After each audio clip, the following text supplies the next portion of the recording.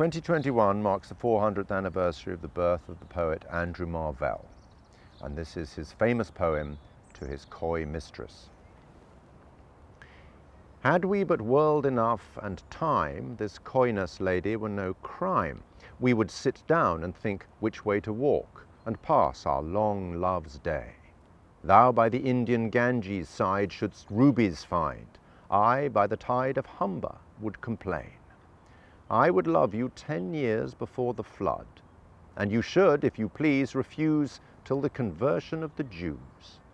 My vegetable love should grow vaster than empires, and more slow. 100 years should go to praise thine eyes, and on thy forehead gaze, 200 to adore each breast, but 30,000 to the rest. An age at least to every part, and the last age should show your heart. For, lady, you deserve this state, nor would I love at lower rate, but at my back I always hear time's winged chariot hurrying near, and yonder all before us lie deserts of vast eternity. Thy beauty shall no more be found, nor in thy marble vault shall sound my echoing song. Then worms shall try that long preserved virginity, and your quaint honour turn to dust, and into ashes all my lust.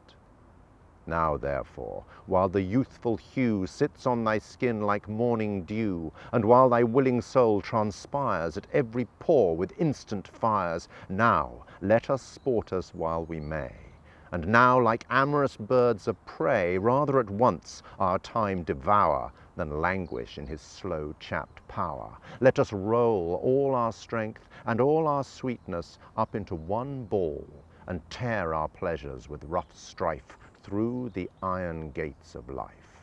Thus, though we cannot make our sun stand still, yet we will make him run. This poem was inspired by a line in Marvell's To His Coy Mistress. I, by the tide of Humber, would complain. It's not the most resonant line in a poem which is full of witty epigrams, but it haunted me for two reasons. First, I'd lived and taught in Hull for many years, and I knew those tides well. But second, I knew that while Marvell was still a student at Trinity, his father was drowned crossing the Humber in a barrow boat. His body was never discovered.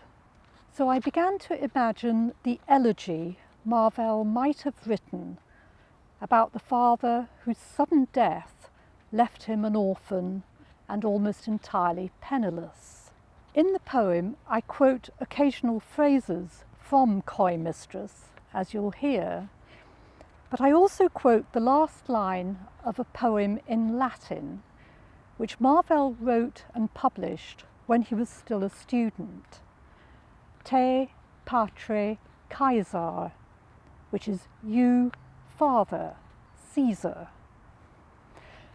It's a line which hints at the warring elements in the poet's own life and personality, between royalist and republican, between political engagement and retreat into nature, between public man, who was a diplomat, probably a spy, then MP for Hull, and private poet who could write so magically about a green thought in a green shade.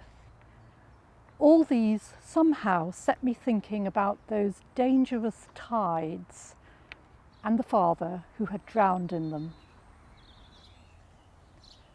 By the tide of Humber. Which way to walk? Eastwards by ebb tide, past the stink of the upriver staithes and a small brick school between garden and church, to the spit of Spurn, that Land's End shifter, or westwards, inland, the estuary shrinking till you'd almost walk across sandbanks and mud southwards to Cambridge, the way out straight by Ermine Street for a Roman departure. Now I, by the tide of Humber once more, ponder these shallows more lethal than deeps, and a barrow boat grounded, where a wash of water unpicks what was lost of him, bit by bit, and think no fine and private place was his, just the city's effluent waste seeping seawards, the spirit of him held forever in the tide's endless erasures, till spurn divides sea lippers from the still, to curb the hackling flow that pours salt into fresh daily, and seems a hurt refreshed, a trouble restored. Now I, by the tide, still whisper farewells, te patre Caesar, royal head or round, my warring self by such waters crossed, fluvial, marine, knitting frets between, where contrary currents make shifting sands channel a rip tide, then swing and suck any light craft under, as if I carry his death within, unfinished, unsung. So I, by the waters that quarrel and kill, stay, for contraries no war resolves, to complain of love in verse that hides an elegy deep in the undertow of tide.